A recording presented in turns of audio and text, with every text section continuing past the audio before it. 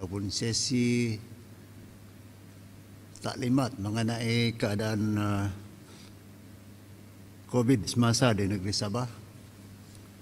Dan saya mengambil kesempatan ini untuk mengucapkan terima kasih kepada semua rakan media dan kepada siapa juga yang mengikuti siaran ini. Hari ini 16 hari bulan Desember, ya. Kita sudah sampai melepasi separuh daripada bulan Desember. Ini bermakna kita masih ada 2 minggu saja lagi untuk mengakhiri tahun ini. Dan hari ini saya akan membaca laporan harian mengenai jangkitan COVID-19 di negeri Sabah. Berdasarkan laporan Jabatan Kesihatan Negeri Sabah, jumlah kes positif baru COVID-19 pada hari ini ialah 268 kes, menjadikan jumlah kumulatif atau jumlah keseluruhan sebanyak 33.639 kes. Duka cita dimaklumkan 5 kes kematian dicatatkan sepanjang 24 jam yang lalu, yakni 3 kes di Tawau dan 2 lagi kes di Lahadatu. Bagi pihak Urustia Pengurusan COVID Negeri Sabah, saya ingin merakamkan takziah kepada semua keluarga yang terlibat.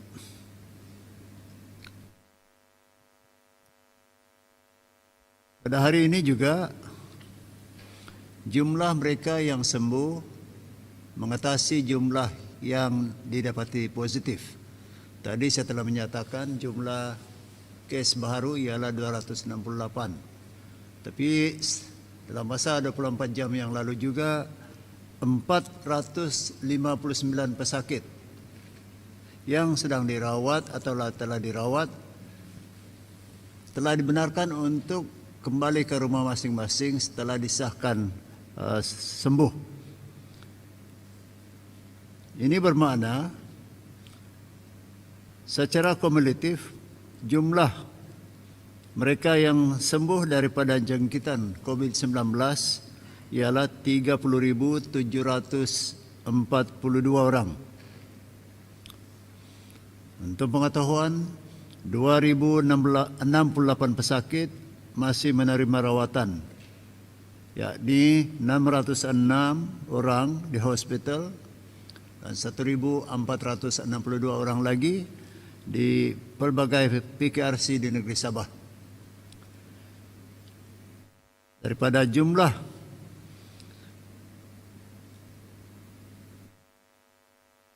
tersebut, yaitu 606 orang yang dimasukkan ke hospital,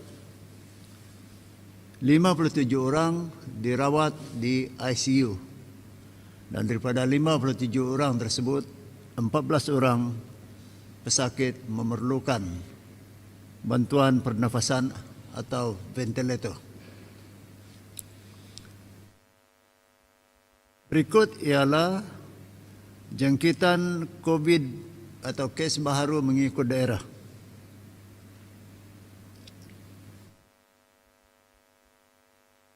Yang tertinggi hari ini ialah daerah Tawau,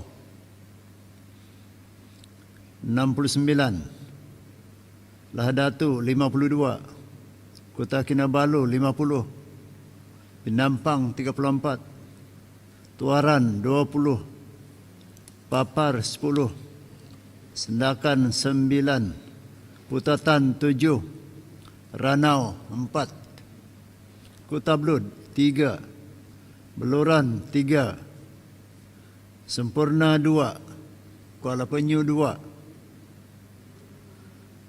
dan 3 daerah mencatatkan 1 kes baru masing-masing, yaitu Kudat, Tenem dan juga Telupin. Daerah-daerah berikut tidak mencatatkan sebarang kes jangkitan baru COVID-19, yaitu Beaufort, Kelabakan, Kinabatangan, Sipitang, Keningau, Pitas, Tembunan, Kuta Marudu, Tongod, Kunak, dan Nabawan. Kalau kita lihat atau kita kira lebih 11 daerah tidak mencatatkan sembarang kes baru pada dalam masa 24 jam. Dan ada 2 daerah di dalam zon hijau, yaitu Kunak dan juga Nabawan. Ya. Saya ingin mengucapkan tahniah kepada Kunak, kerana Kunak adalah salah satu daripada daerah yang pada mulanya banyak terkesan dengan penularan COVID, tapi sekarang dalam zon hijau. Ya. Barangkali daerah-daerah lain atau rakyat yang tinggal di daerah lain boleh kita ambil iktibar daripada kejayaan di Kunak. Saya berharaplah kejayaan ini dapat kita kekalkan, tetapi ini juga menunjukkan bahawa strategi yang digunakan oleh Jabatan Kesihatan Negeri Sabah nampaknya berjaya. Dan ini juga kalau kita lihat daripada kes di daerah-daerah lain. Kalau saudara masih ingat, yang paling teruk dilanda COVID ni atau jangkitan COVID dulu ialah Sempurna. Ya. Tapi hari ini Sempurna hanya tinggal 2 kes. Ya. Malah pernah ada hari yang dia tidak mencatatkan sebarang kes baru. Jadi inilah kalau kita semua akur dan juga memastikan kita mematuhi semua SOP adalah lebih mudah dan lebih cepat bagi kita untuk memutuskan rantaian penularan COVID ini.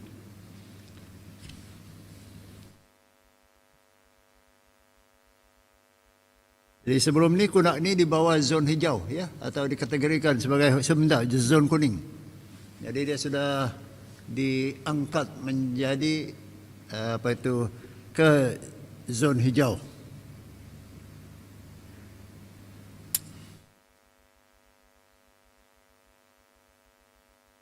Terdapat 1 kluster baru dilaporkan di daerah Kota Kinabalu, yaitu kluster Bukit Punai. Yang ini mencatatkan 5 kes hari ini. Dan kalau secara kumulatifnya 7. Ini Bukit Punai ini dekat saja, ya. Ini Bukit Punai ini di sekitar, kalau tak silap, seberang kompleks mahkamah yang baru. Itulah Bukit Punai, ya. Daripada 268 kes positif yang dicatatkan, sebanyak 108 kes adalah berpunca daripada saringan kluster baru dan kluster-kluster yang sedia ada. 106 daripada saringan kontak rapat di 14 daerah, 28 kes saringan bergejala, dan di saringan komuniti pula 4 kes dan 22 kes datang daripada kategori yang lain. Sebagai rekod, jumlah kapasiti katil di hospital adalah 948 unit. Manakala kapasiti atau jumlah katil di PKRC atau di pusat kuarantin berisiko rendah ialah 5,566 unit, menjadikan jumlah keseluruhan 6,514 unit. Setakat ini peratusan penggunaan katil secara keseluruhan ialah di sekitar 32% atau lebih tepat 31,75%. Saya hanya boleh simpulkan bahawa sebenarnya Sabah daripada jumlah atau statistik yang saya baca tadi bersedia untuk sebarang kemungkinan dengan jumlah katil yang begitu banyak tersedia bagi menghadapi sebarang kemungkinan, ya.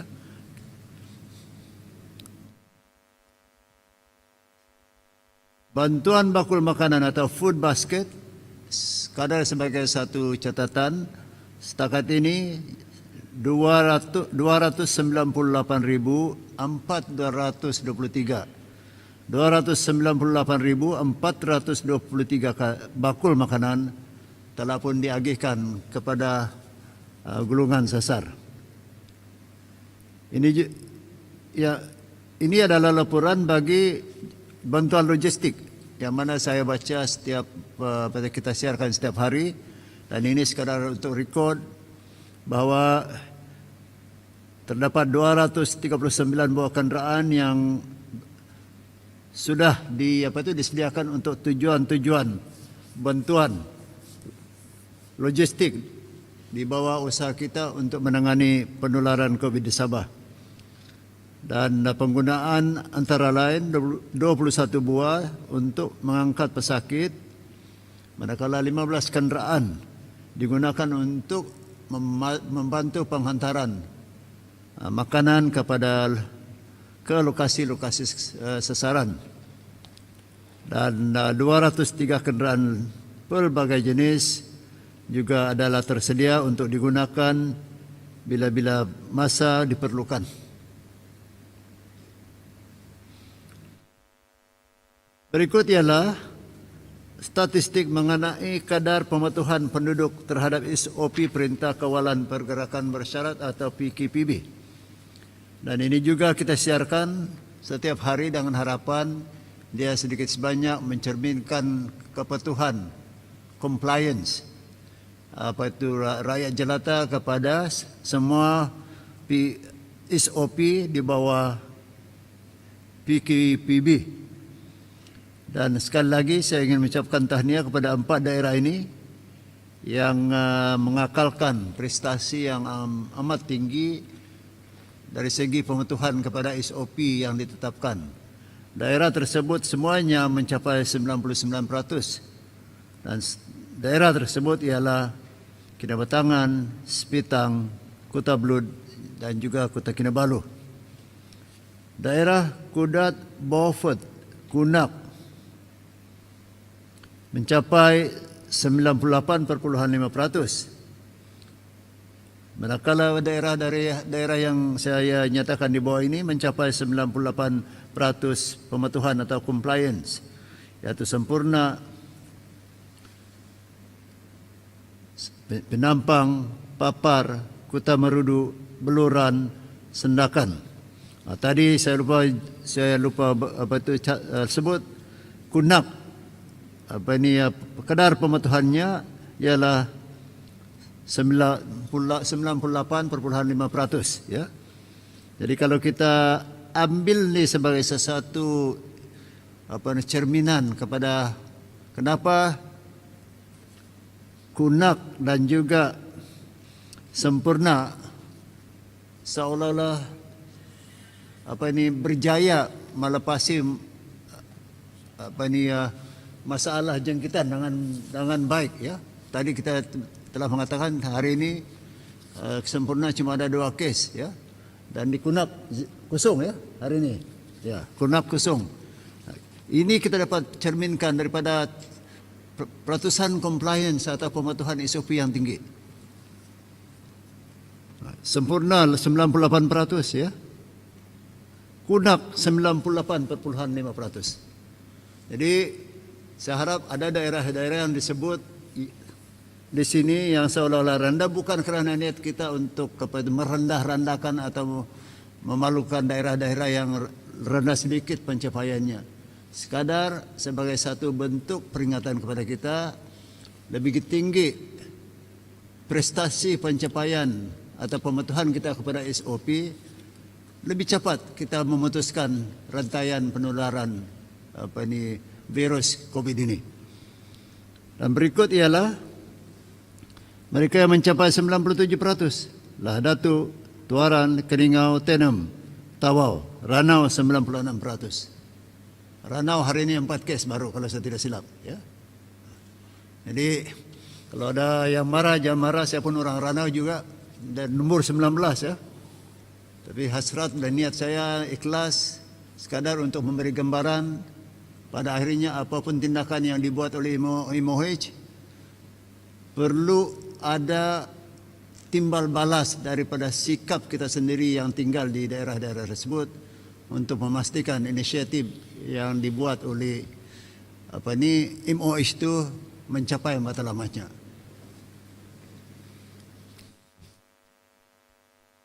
Oleh kerana itu, saudara sekalian, semua dinasihatkanlah. Mari kita sama-sama terus mematuhi arahan SOP, arahan yang ditetapkan oleh pihak berkuasa tempatan, khususnya semasa mengunjungi tempat tumpuan seperti pasar raya, pasar awam, hotel, ya, dan restoran. Semalam ada orang bertanya kepada saya, katanya bagaimana kita memastikan, ya, kalau saudara-saudara masih ingat kita sudah longgarkan sedikit SOP mengenai penggunaan meja makan untuk keluarga.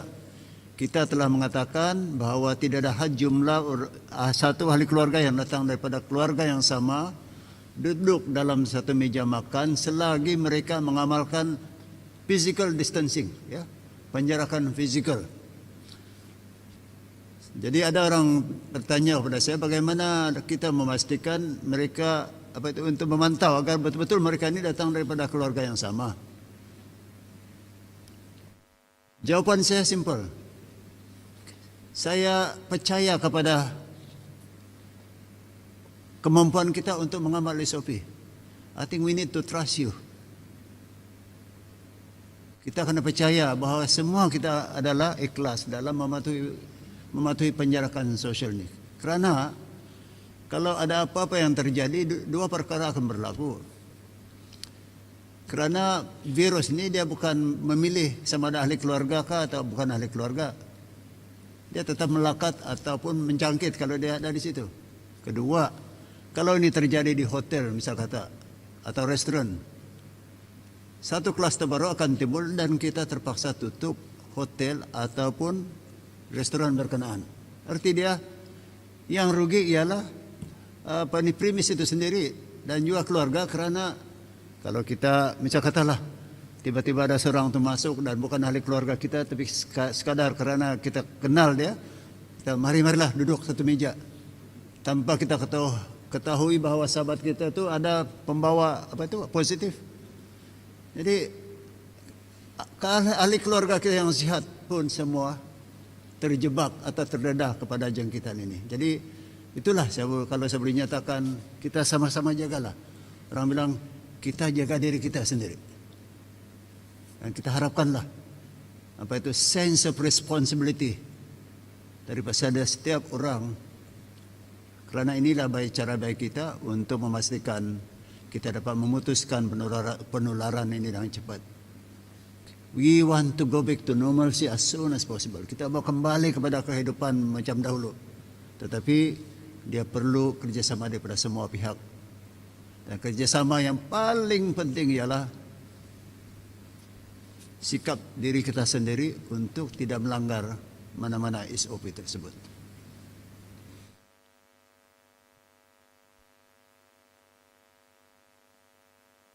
Dan untuk pengetahuan, ada soalan kemudian nanti bertanya bagaimana kita kira bagaimana kita kira peratusan pematuhan ni. How do we quantify the percentage of compliance? Ini kita akan jawab kemudian. And you will be surprised that they are very thorough, atau the authorities are very thorough. Dia akan berusaha untuk membuat yang terbaik dan kita harapkan juga kerjasama daripada semua pihak. Untuk pengetahuan, berikut ialah laporan sanitasi.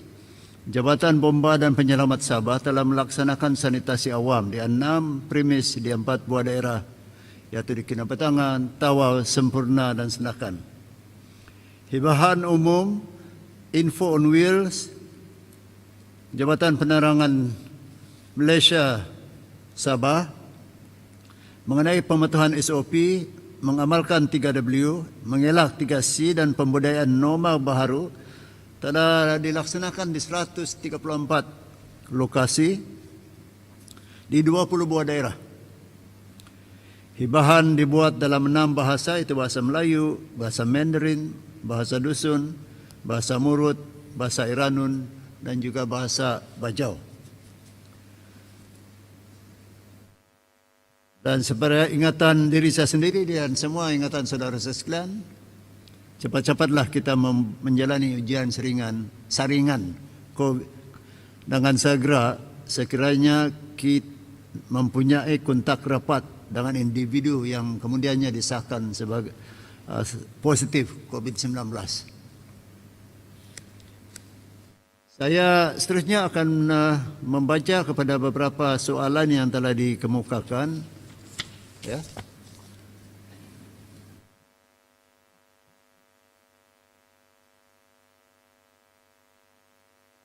Dan ada juga soalan-soalan yang lebih sesuai dijawab oleh Kementerian Pelancongan. Ya. Ada 2 atau 3 soalan yang ada kaitan dengan pelancongan. Sejauh mana dia relevan kepada kementerian dan kepada kerajaan negeri, di bawah pada bidang kuasa saya akan jawab. Kalau tidak, eloklah soalan yang sama dikemukakan kepada Menteri Pelancongan Negeri Sabah. Soalan pertama ialah, if a foreign visitor from abroad needs to come to Sabah for urgent matter, for a short visit, where and how to get the approval? There are 2 categories actually. Those 23 countries, if I may say, 23 countries that are actually barred from entering Sabah.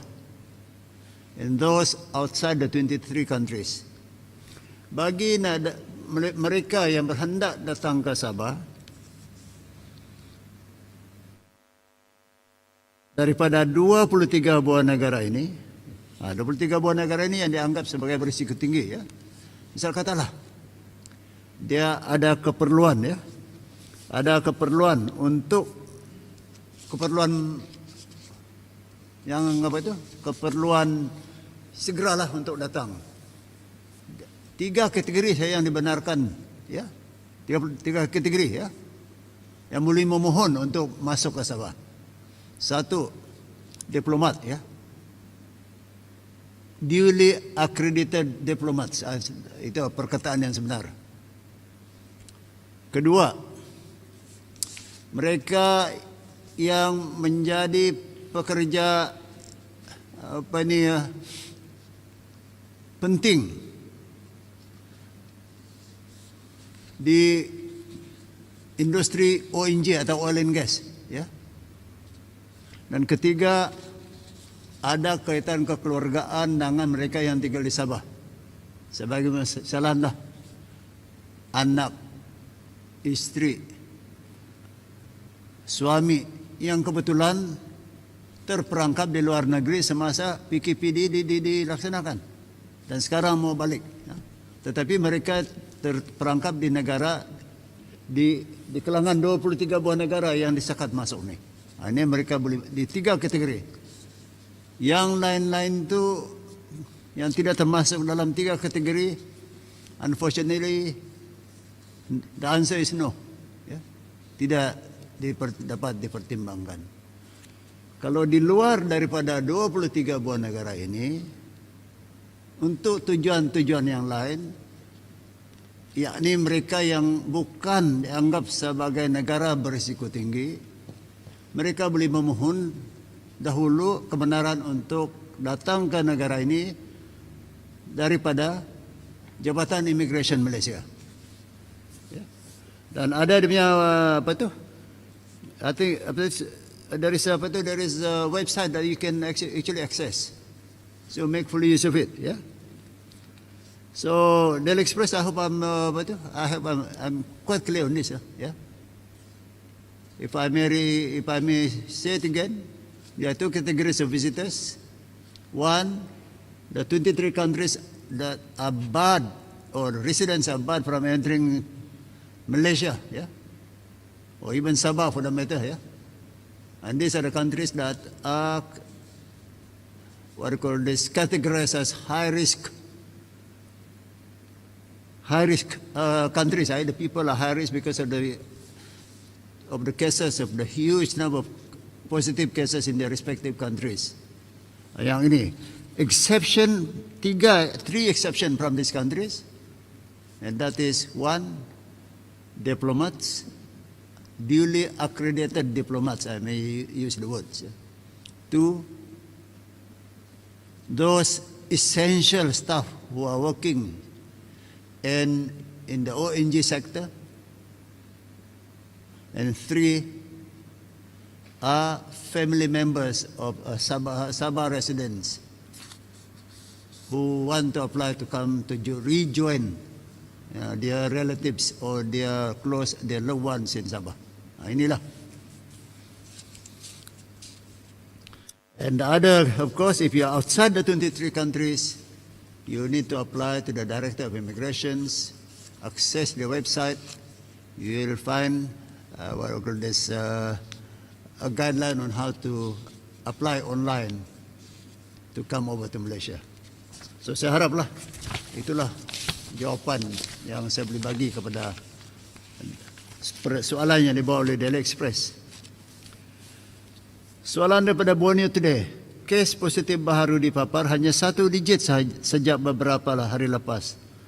Tapi kemarin kes di Papar meningkat kepada 2 angka walaupun tiada kluster baharu dilaporkan. Apakah faktor menyumbang kepada peningkatan kes ini? Ini actually konteks rapat. Ya. Kalau saya boleh bacalah. Pejabat Kesihatan Papar sentiasa komited dalam menjalankan saringan secara besar-besaran serta berterusan di daerah Papar. Peningkatan kes yang dilaporkan adalah hasil daripada saringan kontak terhadap kes-kes positif yang telah dilaporkan sebelum ini. Inilah seperti katakan tadi, apabila kita terdedah kepada jangkitan ini, kepada terdedah kepada kawan rapat kita yang akhirnya dapati positif, dia boleh orang kata menjangkiti kawan-kawan beliau yang dekat, dan ini terjadi dia. Jadi soal ada kluster atau tidak bukan isu dia, ya. Isu dia ialah kita terdedah atau masyarakat atau sebagian daripada masyarakat terdedah kepada seorang atau beberapa orang yang menjadi pembawa kepada virus itu.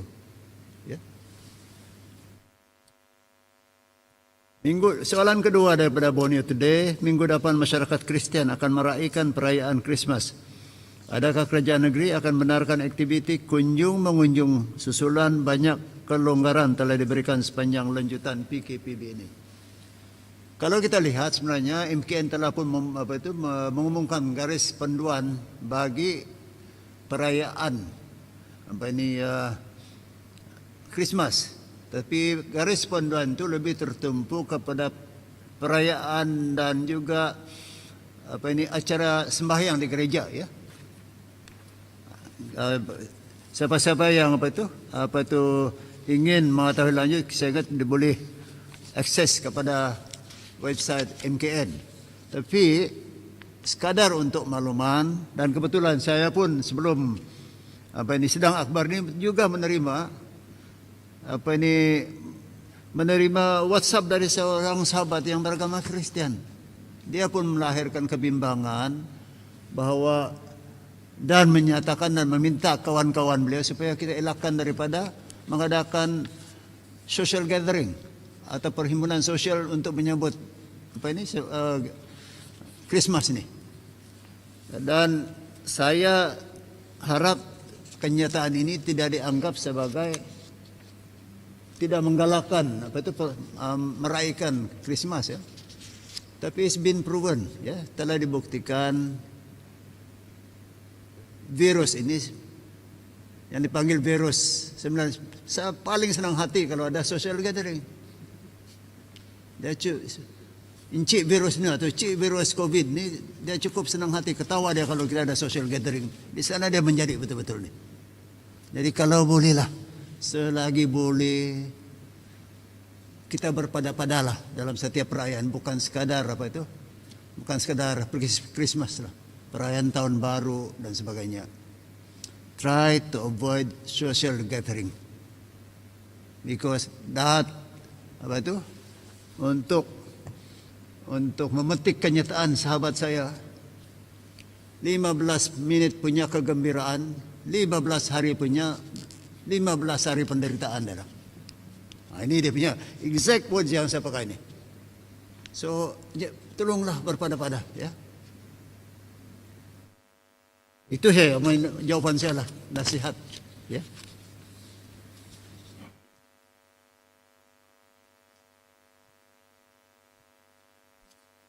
Daripada bernama, salam dari Masidi. Bernama menerima maklum balas daripada peniaga kecil seperti peniaga tepi jalan, menjual makanan yang banyak bergantung kepada sektor pelancongan negeri seperti di Jalan Selaman dan Gaya Street.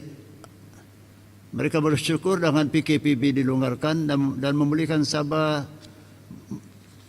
restart atau memulakan semula sektor pelancongan. Soalan saya ialah, katanya, soalan 1. Apakah usaha khusus kerajaan negeri bagi membantu peniaga kecil yang bergantung kepada sektor pelancongan ini untuk kembali menghidupkan perniagaan mereka? Pertama sekali saya ingin jelaskan, kita tidak memilih sektor mana atau jenis perniagaan. Kalau dia dianggap sebagai peniaga kecil atau dalam bahasa Inggris hawker, ya. Kita bagi bantuan seperti mana yang telah pun diumumkan. Jadi di bawah bantuan Sabah prihatin COVID-19 bagi meringankan beban peniaga-peniaga kecil di negeri ini, antara bantuan yang telah diumumkan ialah 1, bantuan sekali atau one off RM300 seorang kepada semua penjajah yang berdaftar di bawah semua pihak berkuasa tempatan. Peruntukan ini sebenarnya telah disalur disalur ke kementerian saya dan telah diagi-agikan kepada semua PBT bagi memberi bantuan kepada semua penjajah yang berdaftar, RM300 satu orang. Kedua, satu lagi yang kita telah buat ialah pengecualian bayaran fee. Bayaran fee lesen. Bayaran lesen lah ni. Penjajah PBT untuk tahun 2020 dan tahun 2021, ya. 2 tahun kita bagi lesen percuma, tidak dibayar, ya, untuk menjajah. Ketiga, pengecualian bayaran sewa gerai penjajah PBT daripada bulan April hingga Disember tahun ini. So kalau mereka menggunakan gerai yang milik PBT, tidak ada bayaran sewa gerai daripada April hingga Disember tahun ini. Soalan kedua daripada bernama, dengan COVID ini teknologi semakin memainkan peranan. Penting justru adakah kerajaan negeri memperkenalkan teknologi baharu kepada peniaga kecil pelancongan ini seperti IP dan memasarkan produk mereka secara atas talian. Saya yakin bahawa peniaga kita sedia maklum dengan kaedah-kaedah baru pemasaran, ya. Dan ada yang saya fikir ada yang sudah memulakan, ya. Kalau saya boleh katakan, peniaga-peniaga kita ini ada di antara yang cukup canggih, ya. Tetapi pada pendapat saya, yang lebih penting ialah capaian internet, ya, di semua tempat. Dan ini hanya ini atau option lain untuk mencari kaedah baru pemasaran hanya boleh dibuat apabila tahap internet penetration dalam bahasa Inggeris dapat dilaksanakan di semua daerah. Dan saya perhatikan pada tahun hadapan di bawah rancangan Malaysia yang ke-12, ya, Salah satu daripada tempuan ialah pembinaan menara internet tower ya, atau menara lebih 300 buah di Sabah kalau saya tidak silap, di bawah rancangan rancangan Malaysia ke-12 ini, khusus untuk memastikan internet penetration ini dapat dikembangkan di seluruh negeri Sabah. Harapan saya apabila semua ini dapat dilaksanakan, dia akan memudahkan peniaga-peniaga kecil kita beralih daripada pasaran biasa kepada kaedah pemasaran yang menggunakan internet, ya, dan sebagainya. So, orang kata dalam bahasa Inggeris, first thing first. I think we need to make sure that infrastructure is there before we talk about migrating to more internet-based sort of marketing. Yeah. Soalan ketiga daripada bernama lagi. Ada apa-apa inisiatif engagement antara agensi pelancongan di bawah kerajaan negeri dan peniaga kecil pelancongan ini bagi memastikan peniaga mampu menempuh cabaran getir seperti COVID-19 di masa depan? Pertamanya, seperti yang saya nyatakan tadi, barangkali adalah tidak adil kalau saya tumpukan untuk jawapan yang terlalu panjang dalam soalan ini, kerana ya sepatutnya diajukan kepada Menteri Pelancongan Sabah. Ya, saya yakin kementerian itu dalam fasa untuk memperkenalkan kaedah-kaedah baru untuk mempersiapkan pemain-pemain pelancongan untuk dalam era, sama ada era COVID-19 ataupun era pasca COVID-19. Ya.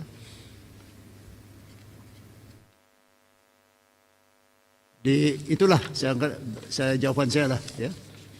Berita harian. Adakah kerajaan negeri atau Jabatan Kesihatan Negeri Sabah sudah berbincang dengan kerajaan pusat atau KKM mengenai bekalan vaksin yang diperlukan di Sabah dan berapakah anggaran vaksin untuk negeri ini? Saya fikir dalam peringkat ini perundingan antara negeri dan juga pihak pusat lebih tertumpu kepada memberi statistik mengenai, misal katalah, kalau vaksin itu bila dilaksanakan nanti, siapa yang dapat dulu. Dan saya pikir yang pertama yang harus diberi keutamaan ialah frontliners. So, tugas JKKNS ialah untuk memberi statistik begini jumlah frontliners dia. Ya. Kedua, barangkali ini sekadar pendapat saya lah, sekadar ialah jumlah yang berisiko tinggi, 16 above atau orang yang sakit. Ini juga barangkali salah satu daripada keutamaan untuk mendapatkan suntikan vaksin apabila ada nanti. Jadi perundingan, kalau saya boleh jawablah,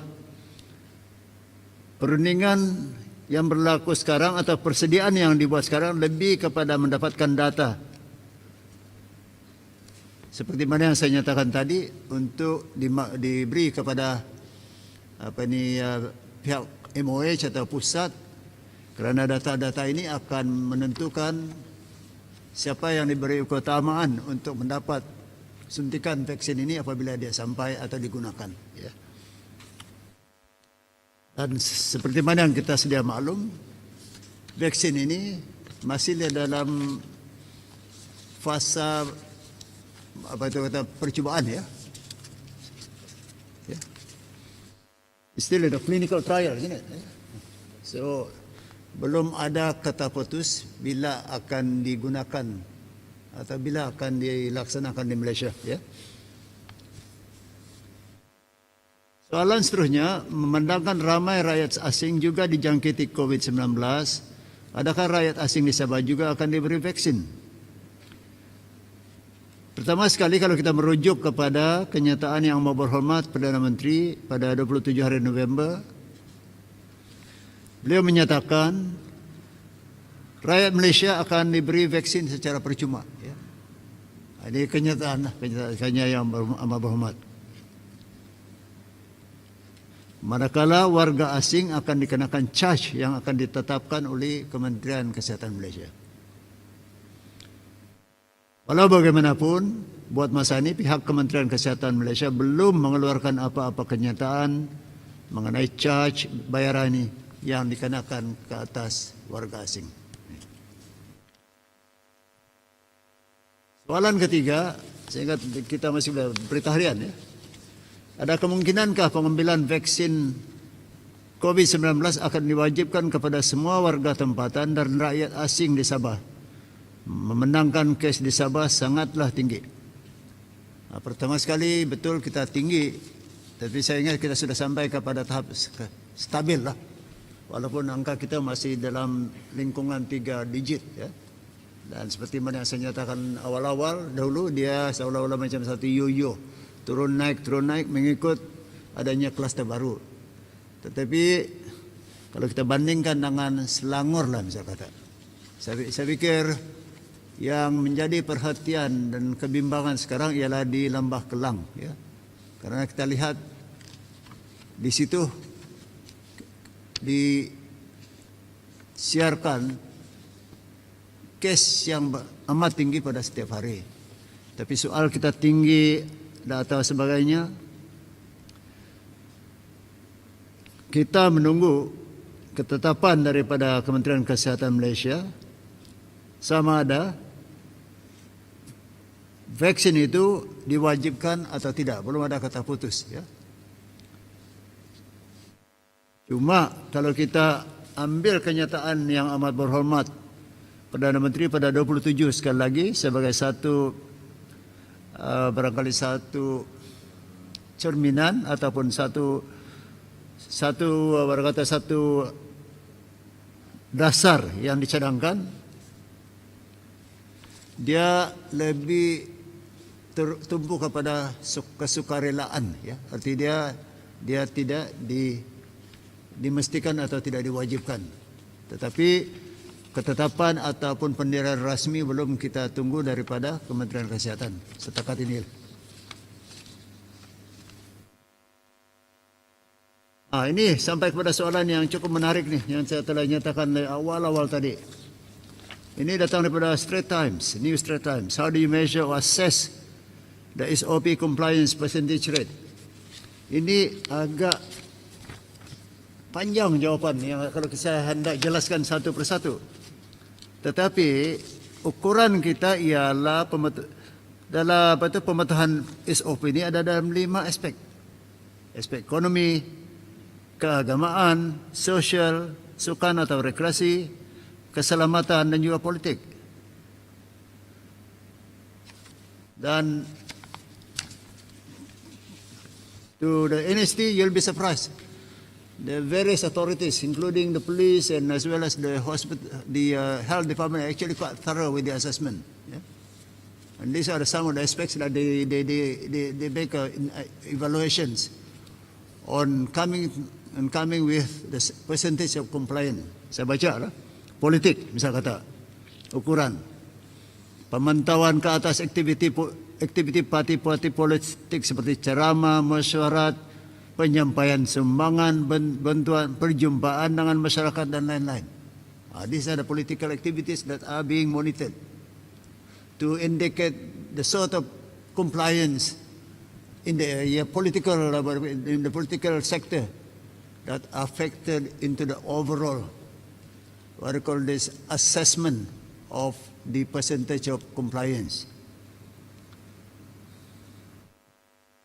Arti dia semua kegiatan politik juga mesti patuh kepada SOP. Ya. Sektor ekonomi, aktiviti ekonomi, tadi just now is a political activities. Aktiviti ekonomi, pemantauan ke atas semua sektor perniagaan. Hasil pemantauan ke atas sektor-sektor perniagaan di negeri sama ada mereka mematuhi SOP yang digariskan oleh kerajaan. Pemantauan ke atas sektor pembinaan yang mana kebanyakan pekerja adalah merupakan warga asing. Saringan ke atas pekerja, sama ada saringan ke atas pekerja telah dilaksanakan di tapak-tapak pembinaan bagi pencegahan penularan COVID-19. Satu lagi adalah pemantauan ke atas sektor perkilangan yang merupakan antara kawasan yang berisiko tinggi dari penularan COVID-19. I think I need not go far. You just look at what's happening in Selangor. Yeah? On the huge number of cases reported in factory. Yeah? Pemantauan ke atas sektor pelancongan kepada sektor pelancongan. Yakni walaupun sektor ini dibuka untuk orang awam, namun pemantauan perlu dilaksanakan bagi mencegah penularan COVID-19. Yes, we have opened up the domestic tourism, but at the same time it doesn't mean that we need to comply with all the relevant SOPs. So there will be continuous monitoring in this sector to ensure that it continue to comply with all the relevant SOPs. Keagamaan, aktiviti keagamaan, pemantauan ke atas rumah-rumah ibadat Islam dan bukan Islam. Yang mana aktiviti hendaklah mematuhi SOP yang ditetapkan. Antara lain aktiviti sosial, memastikan semua aktiviti sosial kemasyarakatan dan keramaian di dalam masyarakat mendapat kelulusan dari pihak berkuasa dan mematuhi SOP. Sebagai misalan, mesti ada pemantauan, sekadar untuk makluman, terdapat pemantauan ke atas aktiviti pihak NGO seperti mesyuarat, perjumpaan, aktiviti sosial, aktiviti kebajikan untuk memastikan mereka mematuhi SOP. 5. Pemantauan ke atas pusat-pusat rekreasi dan sukan.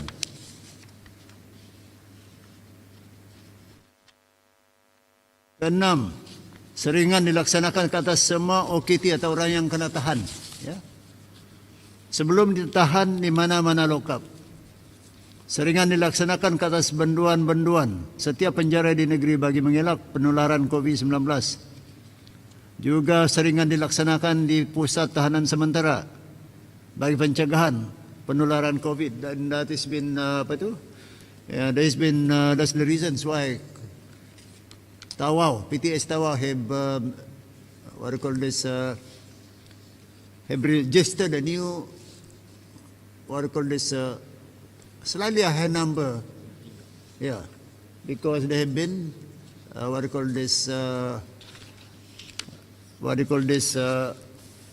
test done at PTS Tawau. Kawalan pintu masuk untuk memastikan individu yang masuk atau keluar daripada negeri ini hendak bebas daripada COVID-19. Dan antara lain ialah ini lebih kepada yang serius lah. Tindakan tangkapan dan kompaun ke atas individu yang melanggar SOP. Kompaun 1,000 dan sebagainya. Inilah salah satu atau 6 kategori aktiviti yang dipantau. Dan dari sanalah kita orang kata from there we formulate the overall compliance from all these 6 activities and come out with the percentage of compliance with a particular district. So it is not exactly easy in the sense of the word.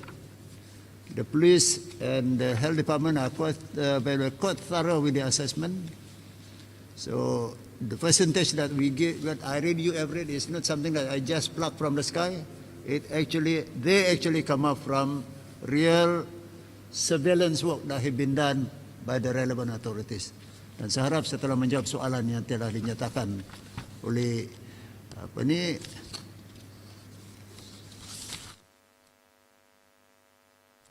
yang telah dijawab oleh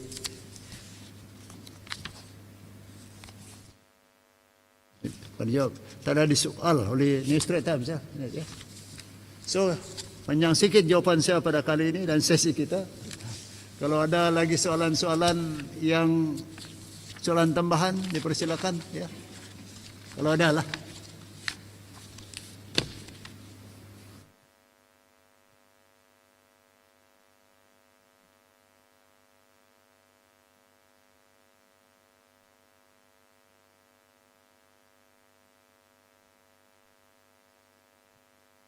Hello, Dato. Hello, Dato.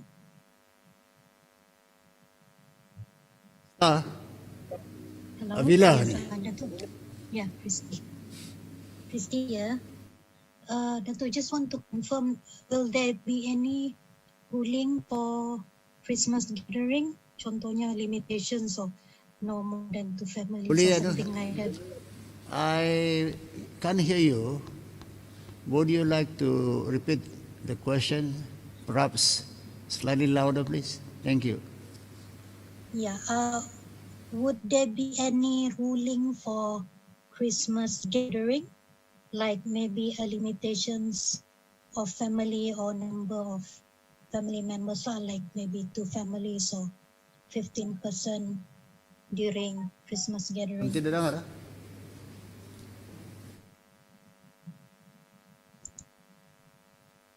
Masih saya tidak dengar.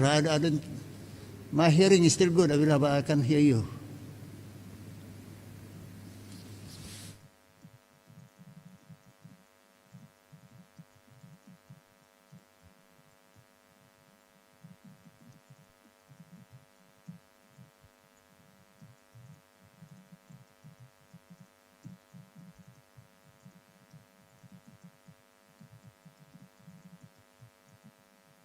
Liam?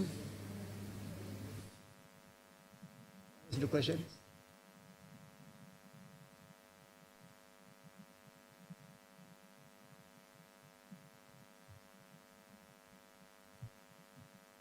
Oh, okay. Yeah, like bila we have a translator here, or you have a spokesperson here. Yeah, we don't have a specific recommendations. You know, I think you need to make good judgment. I think the point I'm trying to say is that please, if you can, avoid social gathering. Maybe within the exception is strictly within a family, it's okay.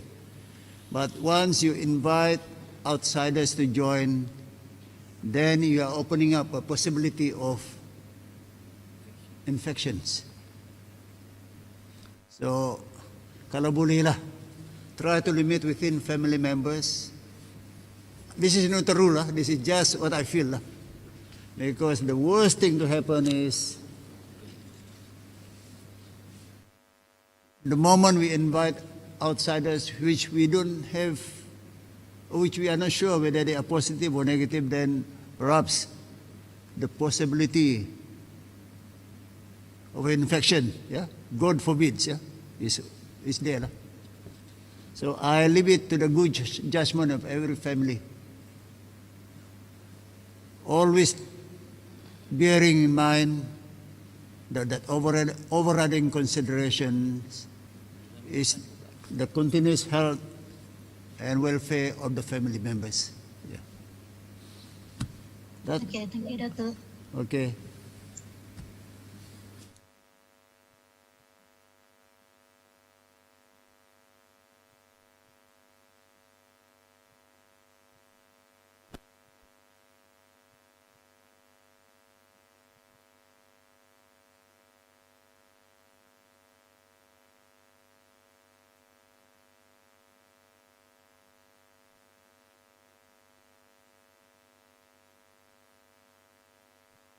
Okay, nampaknya semua sudah penat dengan mendengar jawaban yang panjang lebar pasal apa itu bagaimana kita menilai atau membuat assessment atau penilaian kepada peratusan pematuhan. Saya baca pun saya penat juga, ya. Jadi saya ucapkan terima kasih kepada semua rakan media yang hadir mengikuti sesi kita pada hari ini. Sekadar untuk makluman, dan eloklah saya maklumkan lebih awal, sepatutnya kita ada sesi yang sama pada hari Jumaat nih. Tetapi kita telah menetapkan agar pada Jumaat ini kita hanya akan keluarkan kenyataan akhbar sahaja, kerana pada hari Jumaat semua kita ini akan berada di Dewan Undangan Negeri Sabah bagi mengikuti pembentangan bajet 2021 oleh Yang Amat Berhormat Ketua Menteri Sabah yang juga Menteri Kewangan, ya. Dan seandaikan pun semua rakan media pun akan berada di situ. Jadi kita tidak adakan pada hari Jumaat, insya-Allah kita akan sambung semula pada hari Isnin akan datang. Jadi kepada semua sahabat, hari ini hari Rabu, selamat bertugas, dan bagi hujung minggu ini, ya, selamat berhujung minggu. Terima kasih kerana terus memberi sokongan mengikuti sesi kita. Assalamualaikum warahmatullahi wabarakatuh.